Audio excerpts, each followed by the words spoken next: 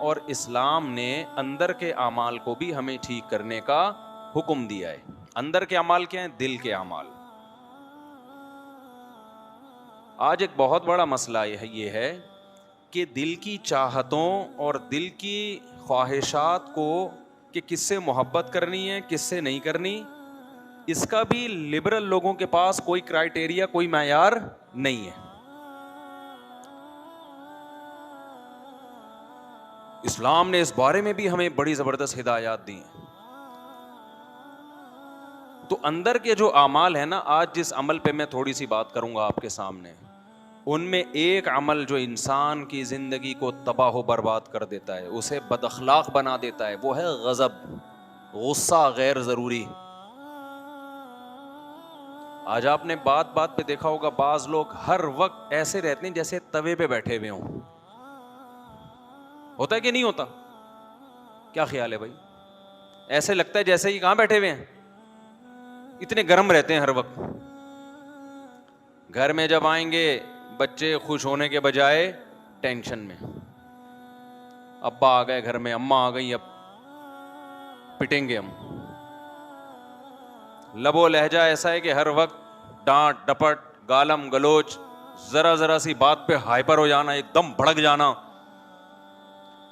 ये चीजें पहले कम थी, अब हमारी सोसाइटी में इसकी मिकदार बहुत ज्यादा, बोलो, बढ़ गई है, बहुत बढ़ गई है। कौन सी ऐसी सोसाइटी में ऐसी चीज आ गई है जिससे लोग पहले से ज्यादा बदतमीज हो गए हैं भाई? हालांकि मेडिकल साइंस ने बड़ी तरक्की कर ली, आसाइशें पहले से ज्यादा हैं। हमारे बाप दादा के दौर में तो ये पंखे नहीं होते थे, अब एसी के बगैर नहीं रह सकते लोग। तो आराइशें भी बढ़ रही हैं, आसाइशें भी बढ़ रही हैं, खाने पीने का स्टैंडर्ड भी लोगों का, मयारे ज़िंदगी भी बढ़ रही है, सवारियां अच्छी। पहले बसों में लटक लटक के जाया करते थे, खिड़की से चढ़ने की भी जगह नहीं होती थी। स्कूलों में एयर कंडीशन लगे हुए हैं आजकल। हमारे दौर में तो स्कूलों में बैठने की जगह मिल जाए तो बड़ी बात थी। तो कैसा मयारे ज़िंदगी बुलंद होता जा रहा है इंसान का, मगर उसकी तबीयत में गुस्सा कम होने के बजाय बढ़ रहा है, बर्दाश्त खत्म हो रही है।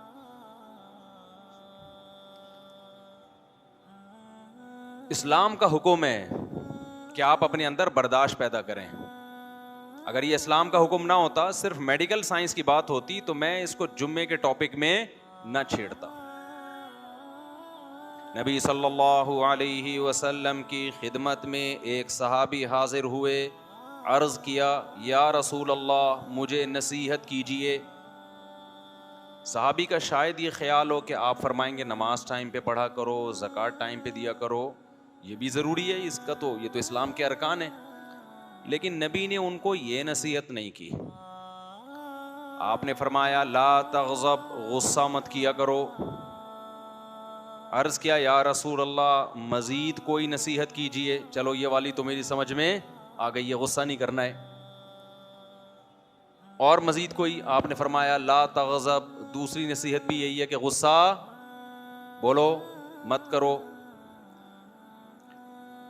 सहाबी ने बज़बान हाल कहा कि ठीक है, दो बातें, दो नसीहतें हो गई, अब तीसरी भी कोई नसीहत हो जाए। आपने फरमाया, ला तग़ज़ब, तीसरी नसीहत भी ये है कि गुस्सा मत करो।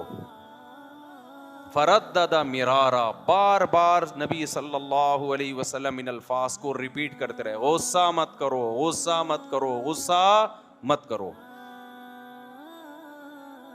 क्यों? नबी जानते थे कि इनको जितनी जरूरत गुस्से पे कंट्रोल करने की है, इतनी किसी और चीज पे कंट्रोल करने की इनको जरूरत नहीं है। इनके अंदर जो भी बुराई है गुस्से की वजह से है।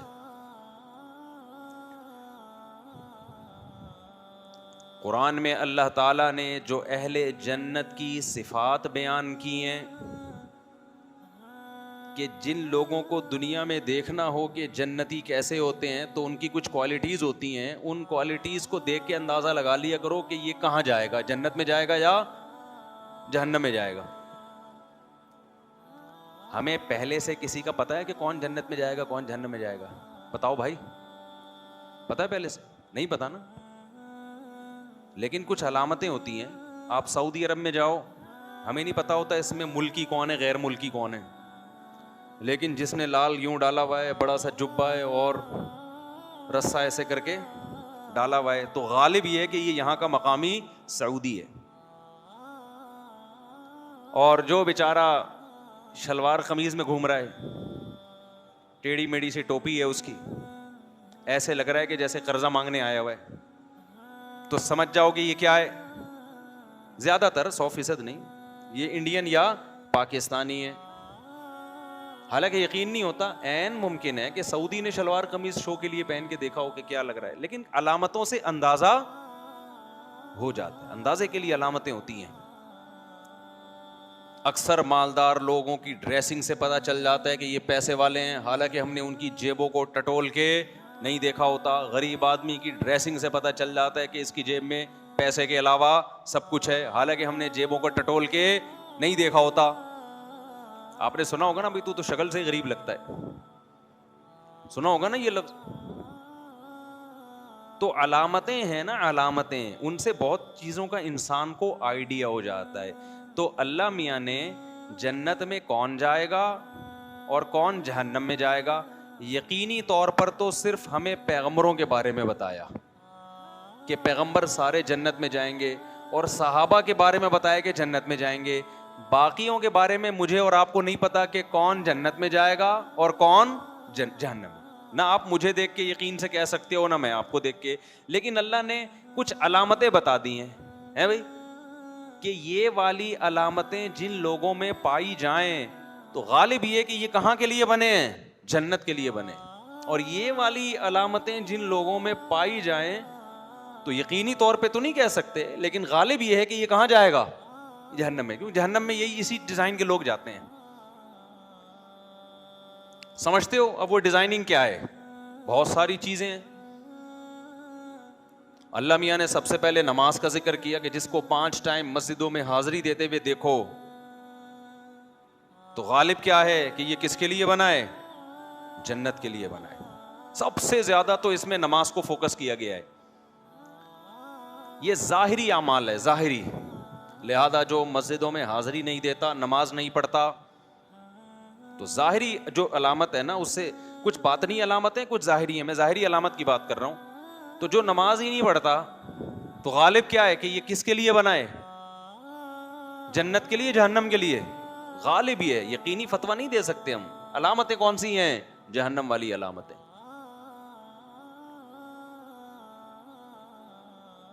आज नमाज की तो कोई वैल्यू नहीं है ना। मैं अक्सर एक वाकया बताता हूँ। एक खातून ने बताया कि मेरे भाई का इंतकाल हो गया, बहुत ही नेक था वो, तो आप उसके लिए दुआ करें। मैंने दुआ कर दी। तो कोई शरई मसला पूछना था उन्होंने, विरासत वगैरह का। तो जब उन्होंने बार बार कहा ना बहुत नेक था, तो मैंने कहा पता नहीं क्या उसमें कोई क्वालिटी होगी जो बहुत ज्यादा नेक था। ये कई साल पुराना वाकया है, 15 साल 10-15 साल तो हो गए होंगे इसमें। मैंने कहा शायद कोई बहुत ज्यादा, ताकि मुझे भी मोटिवेशन मिले, हम भी वो नेकी वाले काम करें, ताकि हम मरें तो लोग हमारे बारे में बोलें बहुत नेक थे भाई। तो मैंने पूछा क्या क्या नेकी थी, नमाज पढ़ते थे? उन्होंने कहा नमाज नहीं पढ़ते थे। फिर तो वाकई बहुत नेक था वो। मेरा ख्याल था शायद तहज्जुद नहीं पढ़ता होगा, इशराक नहीं, है ना, फर्ज नमाज पढ़ते थे, फर्ज नमाज नहीं पढ़ते थे वो ज्यादा नेक नहीं हो गया। मुझे ऐसा लगा कि कुछ ज्यादा नेक नहीं हो गया। तो भाई ये कौन सा मयार है यार, जो फर्ज नमाज नहीं पढ़ रहा वो नेक भी नहीं है, बल्कि क्या है, बहुत नेक है। आजकल नेक इसको समझते हैं लोगों से मुस्कुरा के बात कर ले, किसी से उसका झगड़ा ना हो, सबकी आंखों का वो तारा हो, और बस इस चीज को लोग समझते हैं बहुत अच्छा है। ओ भाई पहले अल्लाह मियाँ से पूछो जिसने पैदा किया है। अल्लाह मियाँ अच्छों को जब एक्सप्लेन करते हैं, डिफाइन करते हैं, तो एक जगह भी कुरान में ऐसी नहीं है जहां अल्लाह ने नमाज से शुरू ना किया हो। कुरान जहां से शुरू हो रहा है, अल्लज़ीना युकीमून अस्सलाता व मिम्मा रज़क़नाहुम युनफ़िक़ून, अल्लाह फरमाते हैं ये किताब हिदायत है परहेजगारों के लिए। वो कौन है परहेजगार? अच्छे लोग कौन हैं? जो नमाजों को कायम करते हैं, फिर अगले दर्जे में सदक़ात व खैरात करते हैं।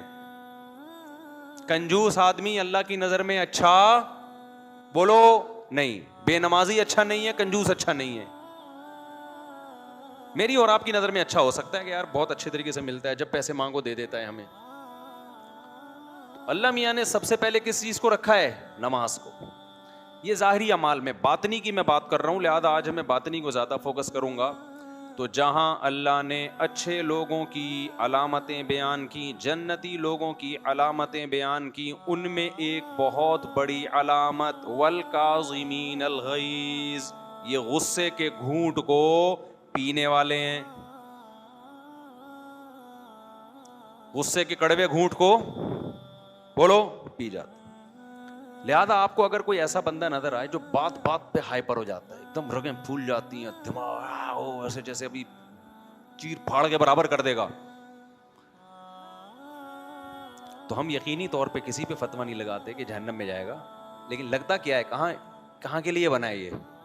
जो इसके अंदर आग है ना इतनी भड़कने की, तो ये आग ही के ज्यादा मुनासिब। जन्नत में माहौल खराब करने के लिए अल्लाह ऐसे लोगों को, बोलो ना, नहीं लेकर आएंगे। माहौल खराब करेगा ना वहां जाके भी। एक हूर भी कम पड़ गई, फरिश्तों का बेड़ा गर्क कर देगा। उसको 70 हूरों का वादा किया था, 69 आ रही है गिनती में। अब बताओ चीजें तोड़ फोड़ शुरू कर देगा कि नहीं कर देगा? हाइपर हो जाएगा। तो हाइपर लोगों के लिए, एकदम खोपड़ी घूमने वालों के लिए अल्लाह ने जन्नत को, जुमला तो मुकम्मल, मेरी खोपड़ी ना घूम जाए कहीं। मुझे डर ये लग रहा है मैं अखलाक पे बयान कर रहा हूं और मुझे ना गुस्सा आ जाएगा। जब भी मैं अधूरा जुमला छोड़ूं फौरन कंप्लीट करो उसको। तो जो बात बात पे जिनकी अचानक खोपड़ी घूम जाती है, एकदम हाइपर हो जाते हैं, एकदम रगें भूल जाती हैं, हमें कुरान से पता चलता है इनमें जन्नतियों की अलामतें नहीं है। ये जन्नत में गए तो जन्नत का माहौल